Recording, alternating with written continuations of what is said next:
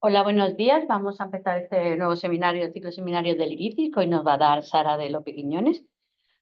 Sara es graduada en Biología por la Universidad de Alcalá y luego realizó el máster de investigación en ciencias en el año 2020 y ya se incorporó al grupo de diabetes, obesidad y reproducción humana liderado por el doctor Escobar Borreales, Héctor, con un contrato de ayudante y luego pues, mira, consiguió un contrato PFIS con el que está realizando la tesis doctoral desde enero del 2024.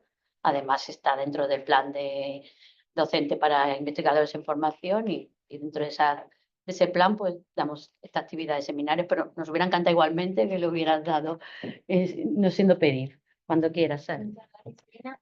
Buenos días, como ha dicho Elena, soy Sara de López, soy investigadora predoctoral del grupo de diabetes, obesidad y reproducción humana del área 5 de crisis y os voy a hablar de mi trabajo titulado Perfil lipidómico y glicación proteica mediante resonancia magnética nuclear en la evaluación de la aterosclerosis en la diabetes tipo 1 en paciente con y sin disfunción cardioautonómica.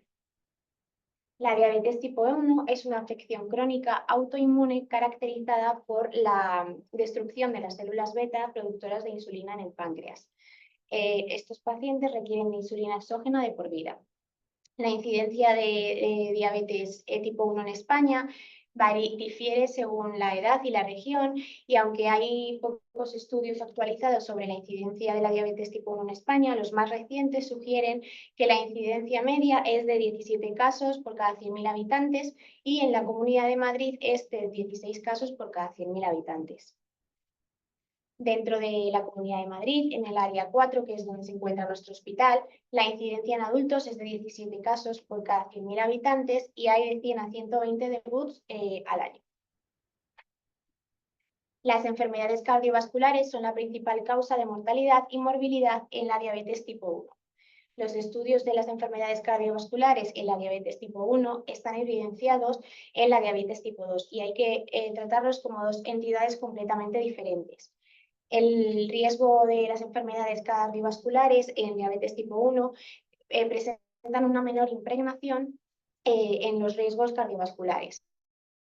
Además, tienen un tiempo de evolución de la enfermedad más larga que la diabetes tipo 2. Además, los estudios de enfermedades cardiovasculares en diabetes tipo 1 están anticuados y el manejo de estos estudios no son los manejos que se tratan en la actualidad.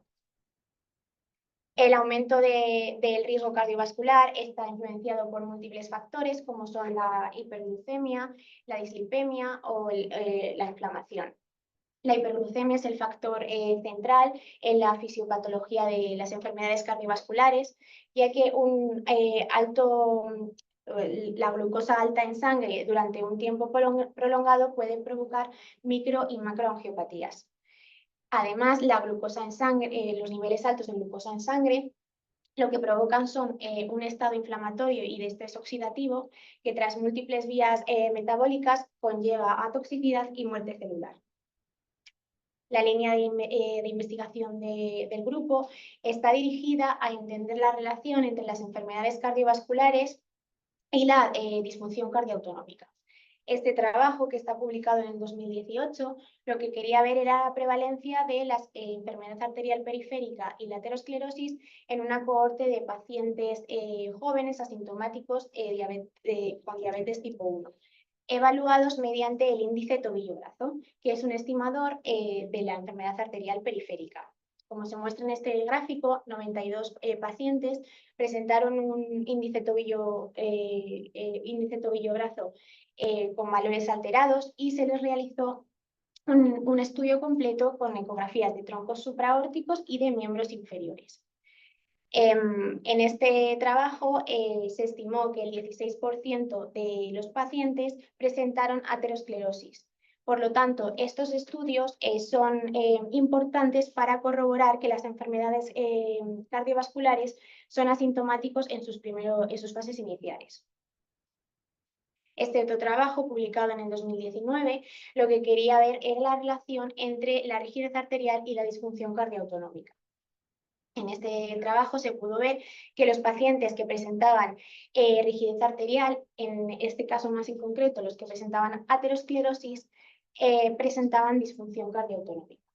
Por lo tanto, ¿por qué queremos estudiar la relación entre las enfermedades cardiovasculares y la disfunción cardioautonómica? Porque la neuropatía cardíaca autonómica es una enfermedad muy frecuente y generalmente infradiagnosticada en la diabetes tipo 1. Está implicada con una alta mortalidad y morbilidad cardiovascular y afecta al sistema nervioso, al control del sistema nervioso autónomo. Lo que ocurre es que el sistema en un estado inicial, el sistema parasimpático se ve dañado y hay una sobreexpresión del sistema nervioso simpático. En un estado subclínico, el paciente está asintomático y la única forma de detectar la enfermedad es a través de los test en la variabilidad de la frecuencia respiratoria. A medida que la enfermedad va avanzando, el sistema nervioso simpático cada vez se sobreexpresa más y aparecen complicaciones tales como la taquicardia en reposo y la intolerancia al ejercicio. Una vez que se daña tanto el sistema nervioso simpático como el parasimpático, aparecen otras complicaciones como la hipotensión ortostática.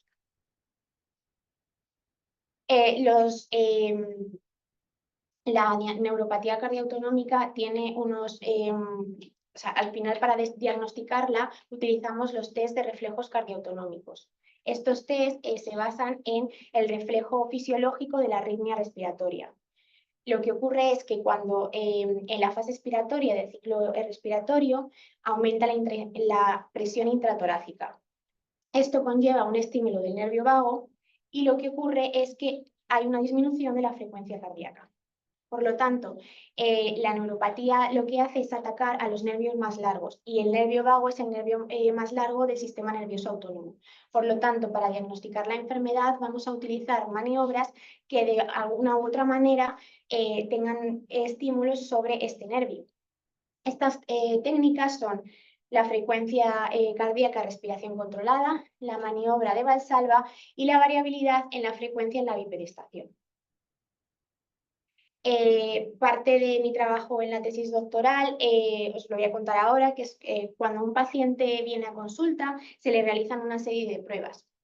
Primero se le realiza una extracción de muestras sanguíneas, se le hace una analítica con fines médicos y se procesan muestras y se guardan sueros de archivo para posibles futuros estudios, tanto metabolómicos como moleculares. Al paciente se le mide, se le talla y se le pesa y se le realizan los test de los reflejos cardioautonómicos. Ese mismo día que el paciente ha venido a consulta, se registran los datos de la monitorización continua de glucosa, es decir, los datos del sensor, y se registran los datos clínicos. Posteriormente se le realiza una ecografía de los troncos supraórticos. La ecografía carotidia es una medida que es para estimar la presencia de placas carotidias que definen la aterosclerosis subclínica.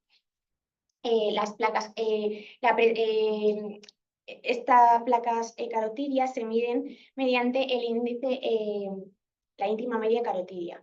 Y se dice que hay presencia de placa con un índice mayor o igual a 1,5 milímetros.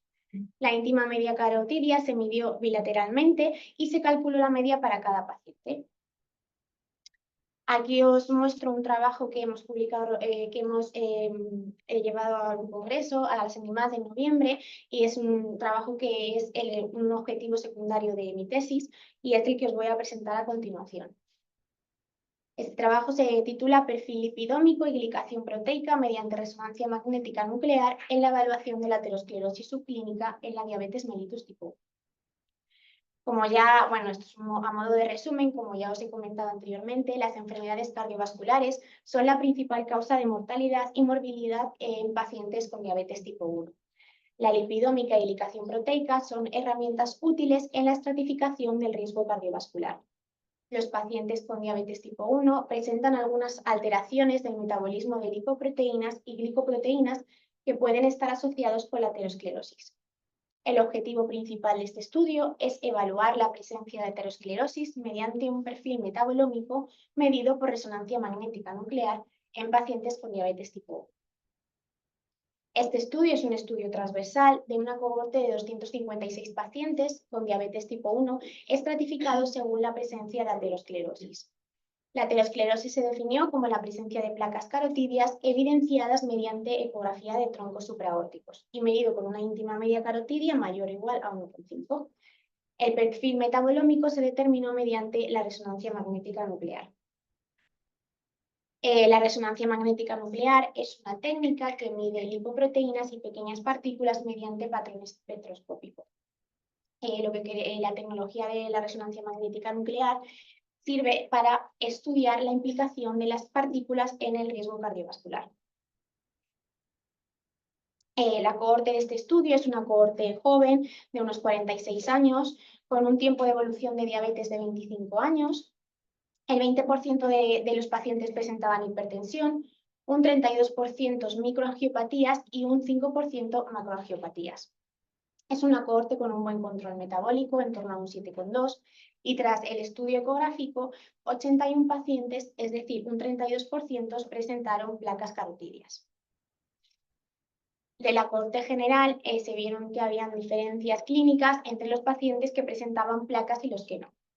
Tras realizar un modelo de regresión logística, se vio que los principales determinantes clínicos para la presencia de aterosclerosis fueron la edad, el tiempo de evolución de diabetes y la exposición al tabaco. Así, los pacientes que presentaron aterosclerosis son mayores, presentan mayor tiempo de evolución de la diabetes y están más expuestos al tabaco que los pacientes que no presentaban aterosclerosis. Tras ajustar nuestro modelo por las variables clínicas anteriores, el modelo retuvo como principales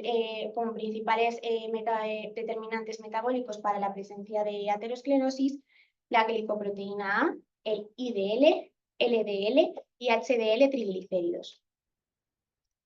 Aquí os voy a presentar un modelo de predicción de aterosclerosis subclínica que todavía no está validado, lo tenemos que validar en una cohorte más grande. Este modelo lo ha realizado el doctor Quiñones, que está colaborando con nosotros en este trabajo. Y este modelo, lo que queremos ver es si poniendo la edad del paciente, el tiempo de la evolución de la diabetes y si está expuesto o no al tabaco, nos sale el porcentaje de la probabilidad que tiene ese paciente de padecer aterosclerosis.